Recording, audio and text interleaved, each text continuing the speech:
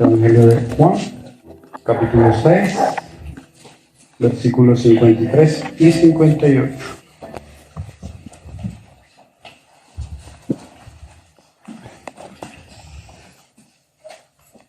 Lo hemos encontrado, lo leemos en el nombre del Padre, del Hijo y del Espíritu Santo. Amén.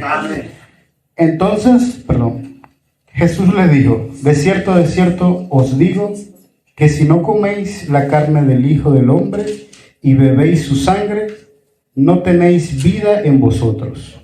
El que come mi carne y bebe mi sangre, tiene vida eterna, y yo le resucitaré en el día postrero.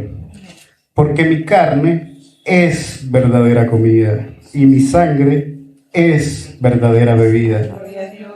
El que come mi carne y bebe mi sangre, en mí permanece, y yo en él.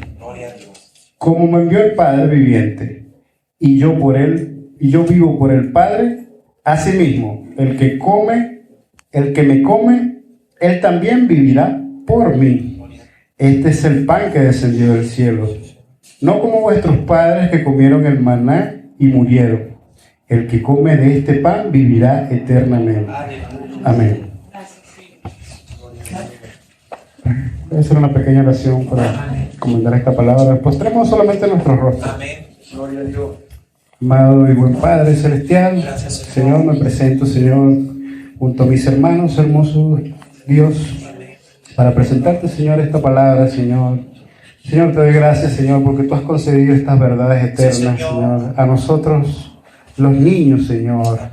Señor, te pido que uses estos garabatos, Dios mío, y con tu gracia, con tu poder y tu infinita magnificencia y sabiduría, Señor, seas tú lavándonos, Señor, con tu verdad, Señor, porque tu palabra es verdad, Señor. Santifícanos en ella, Señor. Afírmanos, Señor, en tu fe, en tu esperanza, Señor, en la esperanza gloriosa que tendremos un día, amado Dios, en la eternidad, Señor. Bendito Dios, enséñanos a comer de ti, Señor, a alimentarnos de ti, Señor, que tú eres lo único que necesitamos en esta vida, nada más, Señor. Señor, úsame con poder, Señor, para poder expresar lo que tú me has revelado, Dios mío. Que no sea la palabra del hombre, sino tu palabra, amado Dios, en este día, Señor. Eso te pido, glorioso Dios, en el nombre del Padre, del Hijo y del Espíritu Santo. Amén. Glorifiquemos al nombre de Dios. Gloria a Dios. Gloria a Dios. Mis queridos hermanos, esta palabra le he querido llamar la verdadera comunión con Dios. Amén. Quiero hacer una introducción primero. Amén. Podemos ver un ejemplo de una familia. Están los padres, están los hermanos, están los abuelos, los hijos, los primos.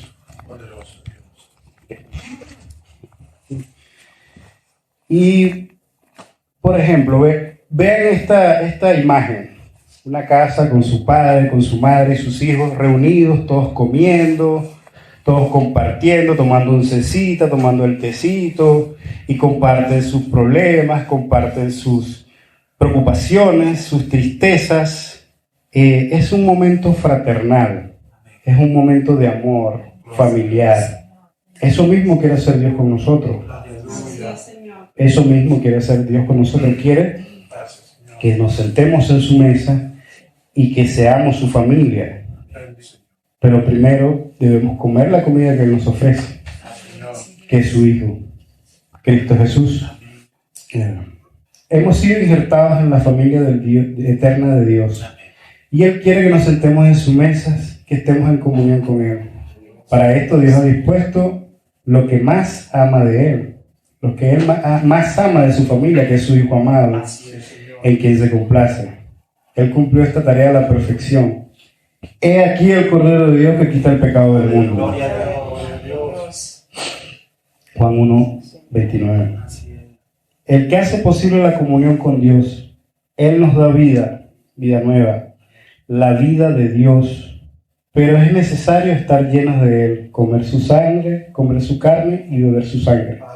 Primero necesitamos entender a qué se refiere nuestro Señor cuando dice comer y beber su sangre. Sabemos que está instaurada la Santa Cena.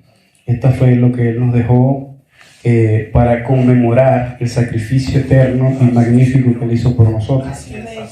Pero detrás de todo esto hay unas verdades eternas que necesitamos entender, que son muy importantes. Entonces, este mensaje va orientado en otra dirección, no en la Santa Cena, pero igual la voy a tocar un poco. Primero voy a empezar explicando qué es el Cordero Pascual. Y ustedes se preguntarán, ¿por qué el Cordero Pascual? Porque todo viene de ahí, todo parte de ahí.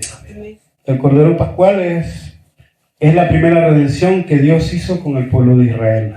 Para eso quiero leer un poco de la palabra en el capítulo 12 del Éxodo. Solamente voy a leer un poco y voy a hacer una pequeña explicación, un pequeño recorrido. Capítulo 12 del Éxodo, del 1 en adelante. Habló Jehová a Moisés y a Aarón en la tierra de Egipto, diciendo: Este mes os será principio de los meses para vosotros. Será este el primero en los meses del año. Hablad a toda la congregación de Israel, diciendo: En el día de este mes, tómese cada uno un cordero según la familia de los padres, un cordero por familia. Mas si la familia fuere tan pequeña que no baste para comer el cordero, entonces él y su vecino inmediato a su casa tomarán uno según el número de las personas, conforme al comer de cada hombre. Haréis la cuenta sobre el cordero, el animal sin defecto, macho de 1 año. Lo tomaréis de las ovejas o de las cabras, y lo guardaréis el día 14 de este mes, y lo inmolará toda la congregación del pueblo de Israel entre las 2 tardes, y tomarán de la sangre y la pondrán en los postes en el dintel de las casas de los que han de comer. Y aquella noche comerán carne asada al fuego y panes sin levaduras con hierbas amargas. Lo comerán. Ninguna cosa comeréis de él cruda, ni cocida en agua, sino asada al fuego. Su cabeza con sus pies y sus entrañas, ninguna cosa dejaréis de él hasta la mañana. Y lo que quedare hasta la mañana lo quemaréis en el fuego. Y lo comeréis, esto es muy importante, y lo comeréis así: ceñidos vuestros lomos, vuestro calzado y vuestros pies, y vuestro bordón en vuestra mano, y lo comeréis apresuradamente. Guarden eso. Esa es la Pascua de Jehová. Pues yo pasaré aquella noche por la tierra de Egipto y heriré a todo primogénito en la tierra de Egipto, así de los hombres como de las bestias, y ejecutaré mis juicios en todos los dioses de Egipto. Yo Jehová, y la sangre os será por señal a las casas donde vosotros estéis, y veré la sangre y pasaré de vosotros, y no habrá en vosotros plaga de mortandad cuando hiera la tierra de Egipto. Bueno, aquí vemos el Señor haciendo su juicio al faraón y a la tierra de Egipto, y redimiendo a su pueblo escogido, Israel, en su última plaga. Esta plaga consistía en que todo primogénito de Egipto iba a fallecer. No voy a andar mucho, voy a hacer solamente un breve resumen. Todo primogénito de Egipto iba a morir. Entonces Dios dispuso un cordero sin defecto, sin mancha, perfecto, por cada casa. Entonces debían comer ese cordero, no debían dejar nada, y lo que quedara iba a ser quemado. Y con su sangre iban a manchar los dinteles de la casa. ¿Para qué? Para que el ángel de la muerte no pasara por sus casas, sino que se saltara. Esa casa, y entonces iban a vivir, iban a ser perdonados. Dios iba a hacer misericordia en ellos. Eso es lo que es el Cordero Pascual. Esta es una de las señales más importantes en el Antiguo Testamento de lo que había de venir. Ahora los quiero llevar más adelante. Mateo 26, 26, 28.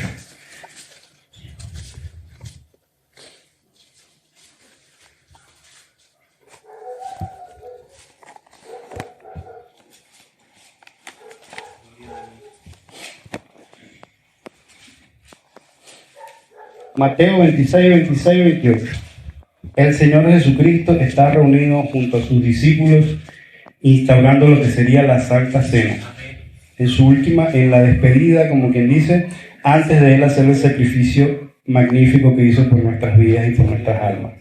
Y dice así: y mientras comía, tomó Jesús el pan y lo bendijo, lo partió y lo dio a sus discípulos y dijo: tomad y comed, esto es mi cuerpo. Y tomando la copa y habiendo dado gracias, les dio diciendo: bebed todos, porque esto es mi sangre del nuevo pacto, que por muchos es derramada para remisión de los pecados. Y os digo que desde ahora no beberé más de este fruto de la vid hasta el día en que yo beba de nuevo con vosotros en el reino de mi Padre. Amén.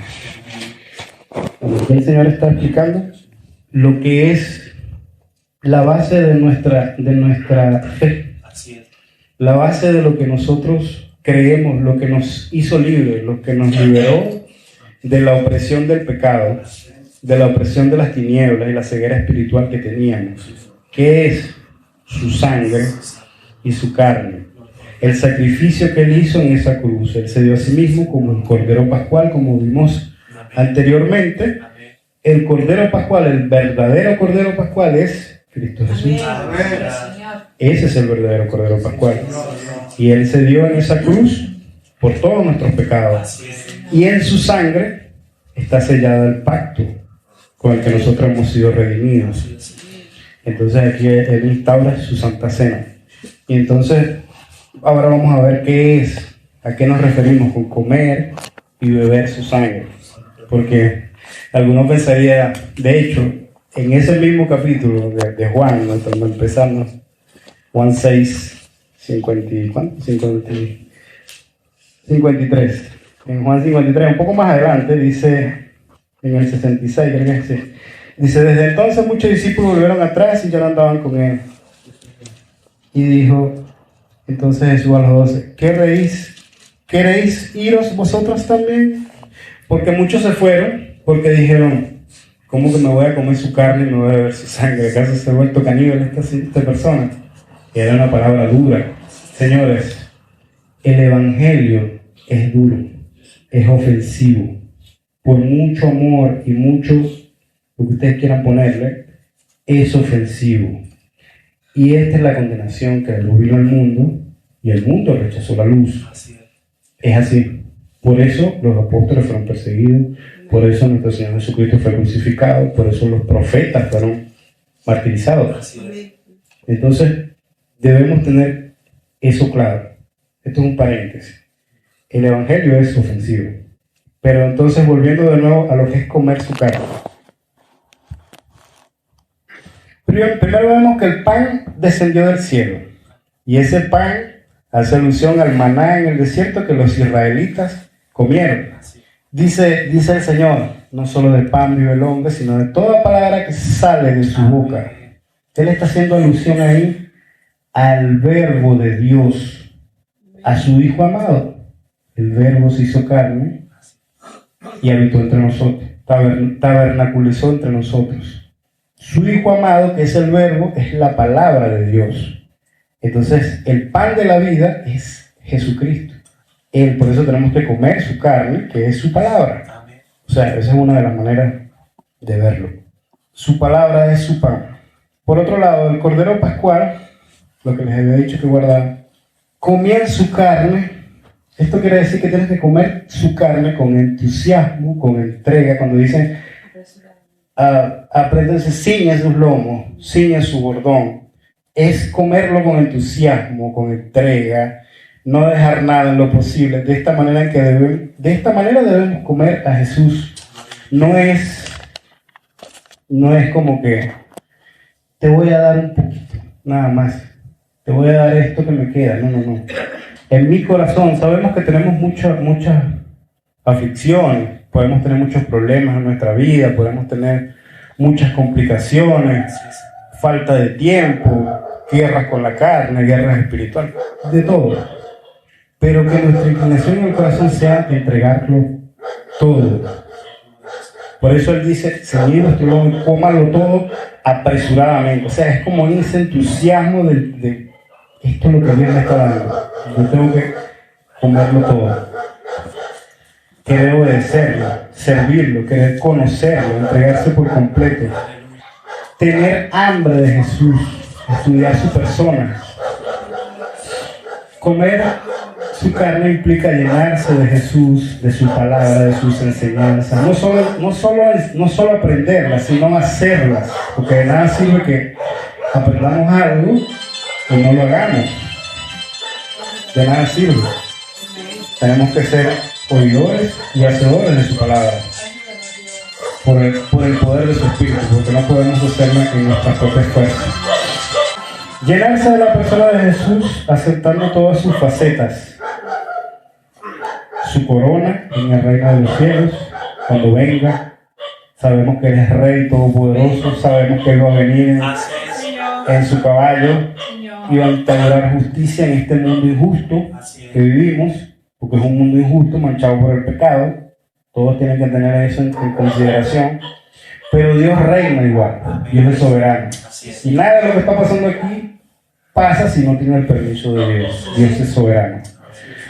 Pero sabemos que está esa faceta del Rey Todopoderoso de Jesús, glorioso, magnífico. Está esa faceta, tenemos que aceptar esa faceta.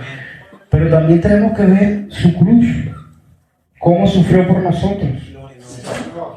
Todo lo que entregó, se entregó a sí mismo, o sea, el amor vivo. Nadie hace eso, entregarse por completo.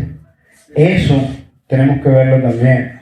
Todo lo que sufrió, todo lo que fue humillado, siendo el Dios.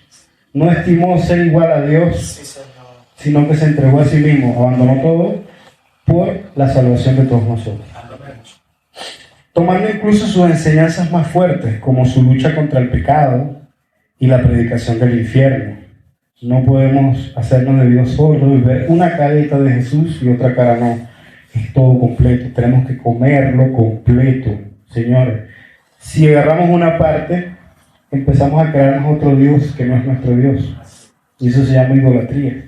Es Jesús todo amoroso. El Señor Jesús no. Él tiene todas sus facetas. El Dios justo, el Dios fuerte, el Dios sufrido, el Dios misericordioso. Tenemos que comerlo en todas sus facetas.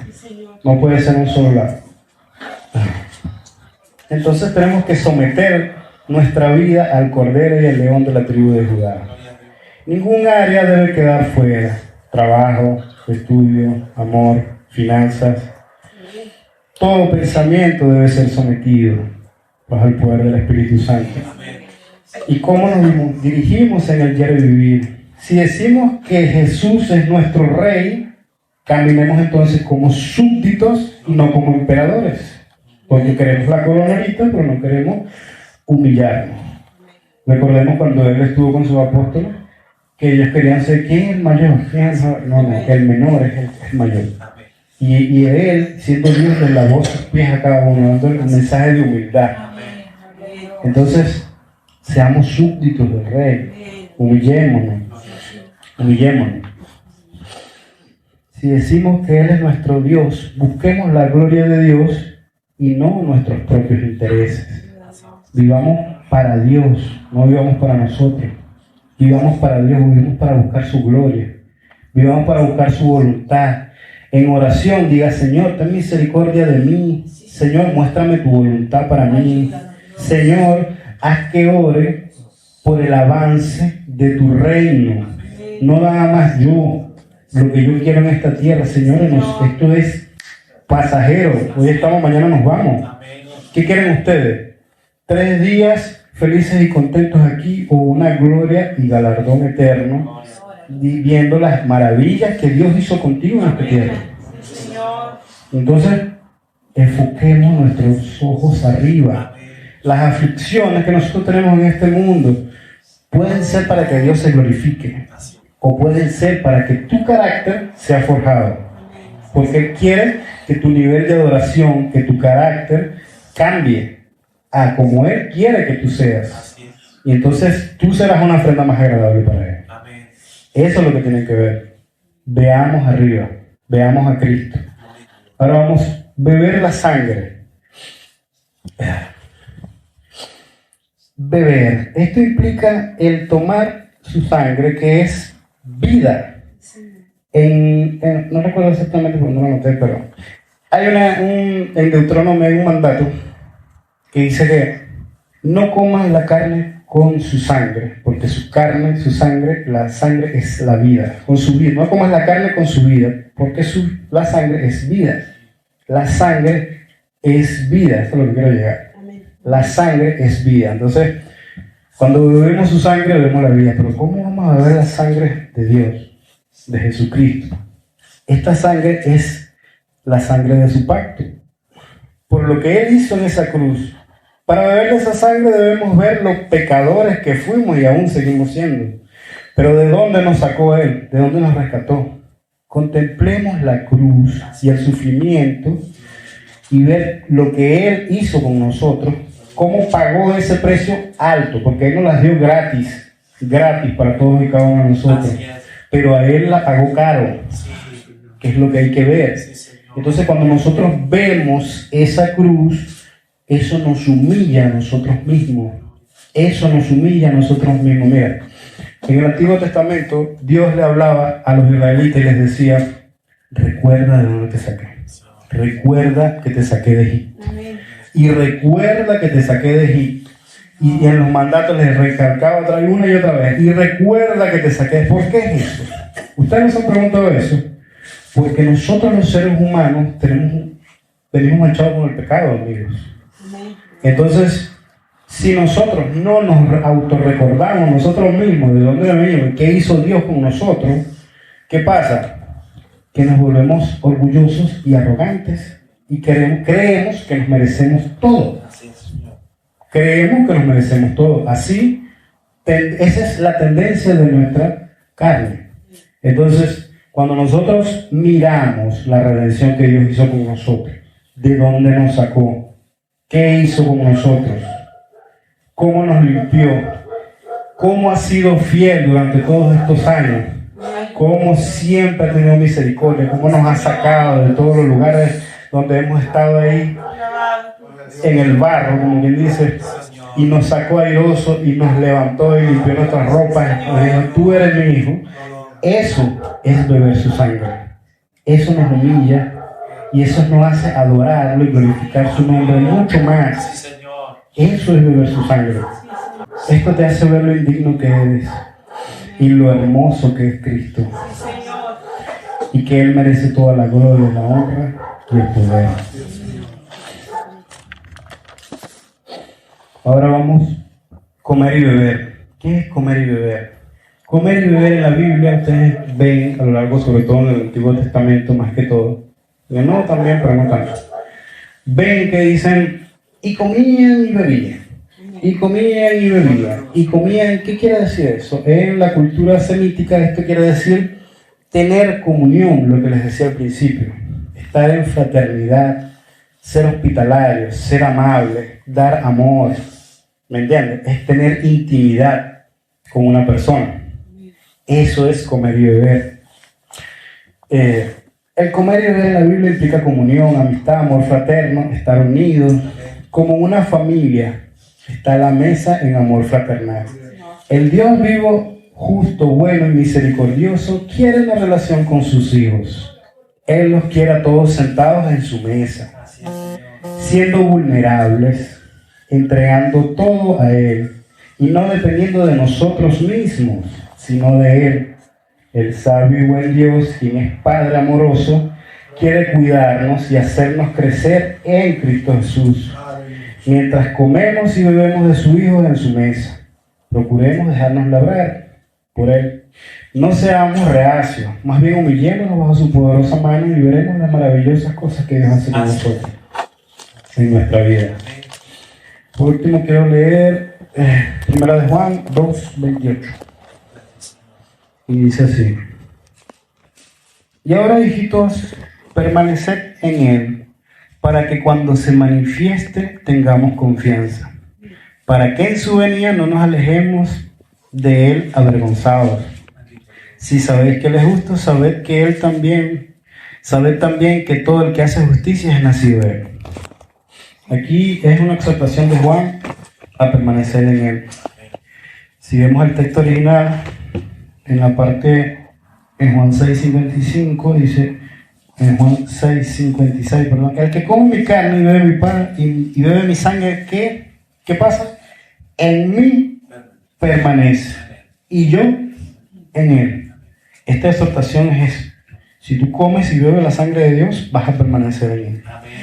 El que come y bebe del Señor permanecerá en él, mas tendrá vida eterna. Si permaneces en el Señor, darás buen fruto o buenas obras. Eso será espontáneo, simplemente saldrá de ti. Y caminarás en la voluntad de Dios para tu vida. No solo eso, serás preservado. A esto se refiere el Señor cuando dice: el que persevera hasta el fin, este será salvo. Es esto, tienes que permanecer en el Señor. Esa es la manera de perseverar hasta el fin. Si permaneces en Él, si estás en comunión con Él, podrás soportar y afrontar todo lo que el Señor tiene preparado para ti. Todo esto lo tiene preparado desde la fundación del mundo. Así lo dice su palabra. Y al final recibirás corona por tu triunfo y la gloriosa cena del Señor en las bodas del Cordero. Apocalipsis 19:9. Eso sería todo, mis hermanos. Hagamos una pequeña oración para que esta palabra despierte nuestros corazones. Mostremos nuestros rostros. Amado y bendito buen Dios, te doy gracias, Señor, por esta palabra, Dios mío. Te pido, glorioso Dios, que esta palabra, Señor, dé fruto en nuestros corazones, Señor. Que podamos entender y saber cómo buscarte, Dios mío. Cómo poder comer, Señor, y beber de ti, Señor. Permanecer en ti, Señor, Dios mío. Que podamos sentarnos, Señor, en tu mesa, Señor. Que podamos glorificar tu nombre, Señor. Que podamos adorarte con todo el corazón, Señor. Que podamos ser ofrenda agradable a tu presencia, hermoso Dios. Porque para eso nos has creado, Dios mío. Para eso nos has restaurado. Para eso tu Hijo dio la vida por nosotros, Dios mío. Para que seamos ese reflejo de su gloria, Señor. Y miles de millones más vuelvan a tu rostro a ti, Señor. Eso te pedimos, Señor. Bendícenos, Señor. Que esta palabra dé fruto en nuestros corazones, Señor. En la de cada uno de mis hermanos, bendito Dios. Gracias, Señor. Te pedimos en el nombre del Padre, del Hijo y del Espíritu Santo. Amén. Glorificamos al Señor. Gloria a Dios, gloria a Dios, gloria a Dios.